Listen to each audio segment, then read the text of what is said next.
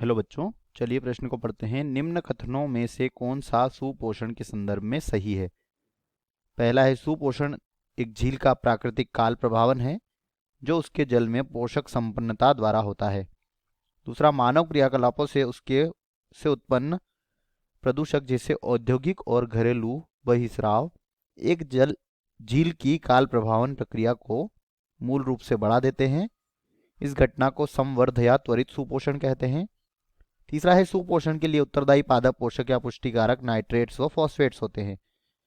और चौथा है, ये फॉस्फेट्स और नाइट्रेट शैवालों की वृद्धि को तेज करते हैं जो ऑक्सीजन का उपयोग करती है और जल को अनऑक्सीकृत करती है। इसके फलस्वरूप मछली और दूसरे जलीय जंतु मारे जाते हैं। तो चलिए बच्चों, बात करते हैं इस प्रश्न की मुख्य अवधारणा। तो बच्चों, इस प्रश्न की मुख्य अवधारणा में हम यहाँ पर बात करेंगे सुपोषण के बारे में कि सुपोषण क्या होता है। तो बच्चों, सुपोषण जो है यह वह प्रक्रिया होती है जिसके कारण जो जल होता है इसमें जल में पोषक पदार्थों की क्या हो जाती है, जल में पोषक पदार्थों की अधिकता हो जाती है।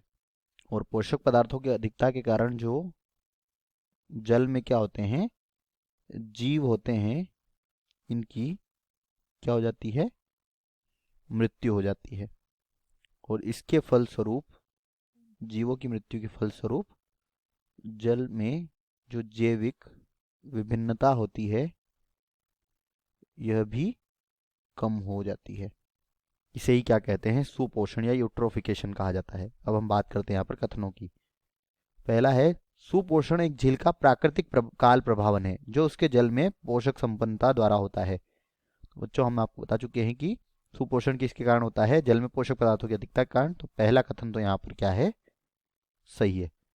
दूसरा कथन है, मानवीय क्रियाकलापों से उत्पन्न प्रदूषक जैसे औद्योगिक और घरेलू अपशिष्ट जो होते हैं यह एक झील की काल प्रभावन प्रक्रिया को मूल रूप से बढ़ा देते हैं, यानी कि सुपोषण की प्रक्रिया को तेज कर देते हैं। और इसे ही क्या कहा जाता है, त्वरित सुपोषण कहते हैं। तो दूसरा कथन भी सत्य है।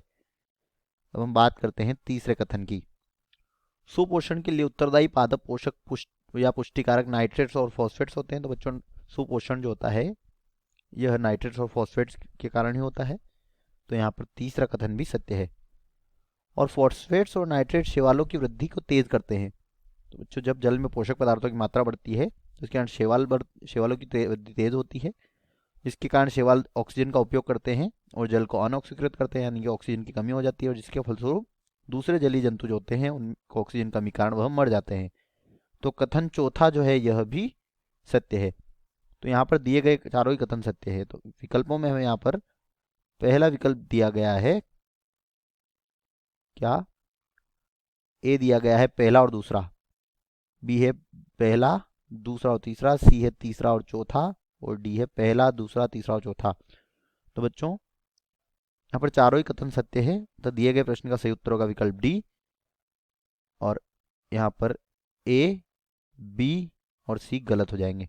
आशा करते हैं यह उत्तर आपको समझ आया होगा। धन्यवाद।